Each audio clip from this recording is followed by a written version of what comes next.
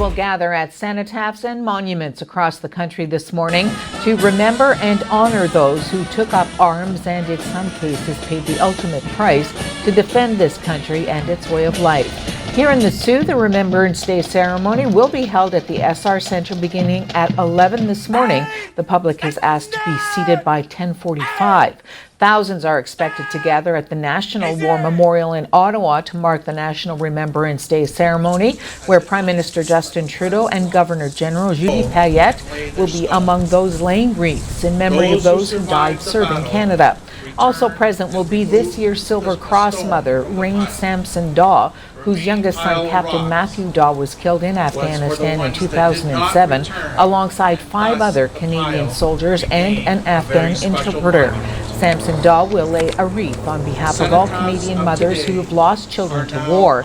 This year's Remembrance Day ceremony follows a major ceremony in France earlier this year, marking the 75th anniversary of D-Day, when thousands of Canadians stormed the beaches of Normandy with their British and American allies to fight Nazi Germany. It also comes exactly 101 years to the day after the end of the First World War. Can you imagine what it would be like to be homeless during a Northern Ontario winter? Approximately 50 Sooites got to experience this Friday night during the Soup Kitchen Community Centre's 12th annual Great Soup Kitchen Sleepover. On TV's Megan Pounder was there. I'm here at the Soup Kitchen Community Centre in Jamestown, where they're holding their 12th annual Great Soup Kitchen Sleepover, giving Sooites the opportunity to brave the cold and see what it feels like to be homeless in Northern Ontario.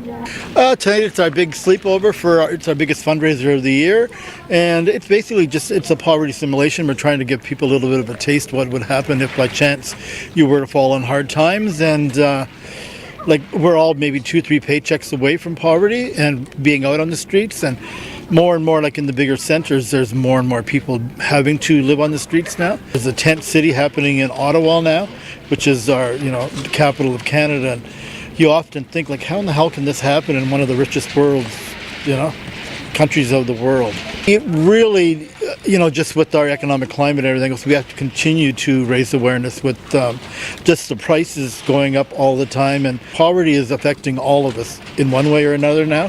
Even if you make fairly good money, our money no longer has the buying power it even had 5 years ago.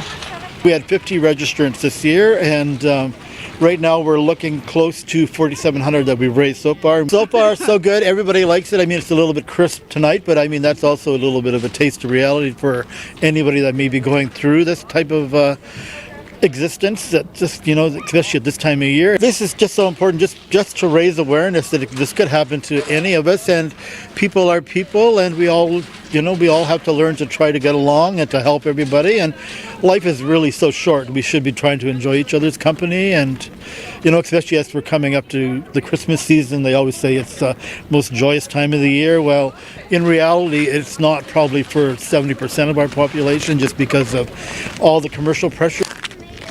Well, it started with us taking her little brother's box and just bringing it outside for fun, and then she was scrolling through Facebook and she seen something about it, so then we just decided that we wanted to do it. Yeah, we're coming here to see, because some people are on the streets, and this is how we're seeing it for the night, to see how it is, to raise awareness about homeless people. A program aimed at measuring homelessness in Ontario has been put on hold by Premier Doug Ford's government, raising concerns that lack of access to data could prevent some municipalities from addressing the problem. The enumeration was launched by the former Liberal government in 2018 as part of a broader strategy to eliminate chronic homelessness in Ontario by 2025. The Liberals issued a ministerial directive making the count mandatory for municipal housing service managers, but in a recent letter to those managers, a top civil servant with the Ministry of Municipal Affairs and Housing said the government recognizes some things have changed since last year, including the fact that some communities are using real-time data to track homelessness. Municipal Affairs Minister Steve Clark said the Progressive Conservative government wants to address data gaps and other limitations ahead of any future counts, but noted that community poppies can continue to work on their own if they want to. But some critics are concerned the decision could signal a shift away from the collection of key data used to help address homelessness. Senior advisor on housing and homelessness policy at the Association of Municipalities of Ontario, Michael Jasek, said communities across the province use the data to develop local plans to address the issue. Downtown Toronto, forget it, downtown Toronto. Nobody wears a poppy. You people love they come here, whatever it is. You love our way of life. You love our milk and honey. At least you could pay a couple of bucks for poppies or something like that.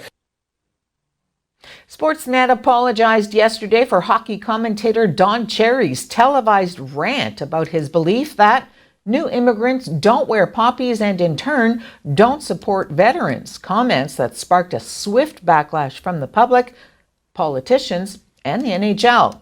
The station's apology was echoed by Coach's Corner co-host Ron MacLean in a segment that aired at the beginning of an evening broadcast yesterday, saying Cherry's remarks don't represent his own views or those of parent company Rogers Media.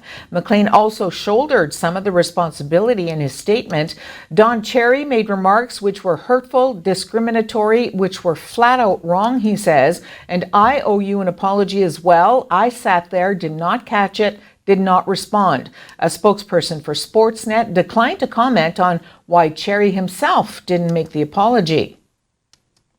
A video posted online shows police in Hong Kong shooting at least one protester as demonstrators disrupted the morning rush hour this morning. A police officer collars one protest and then shoots another who approaches in the video posted on Facebook by online video outlet Cupid Producer. The shooting occurred in a crosswalk at a large intersection strewn with debris that had traffic. Police then chase away a crowd of people from the scene.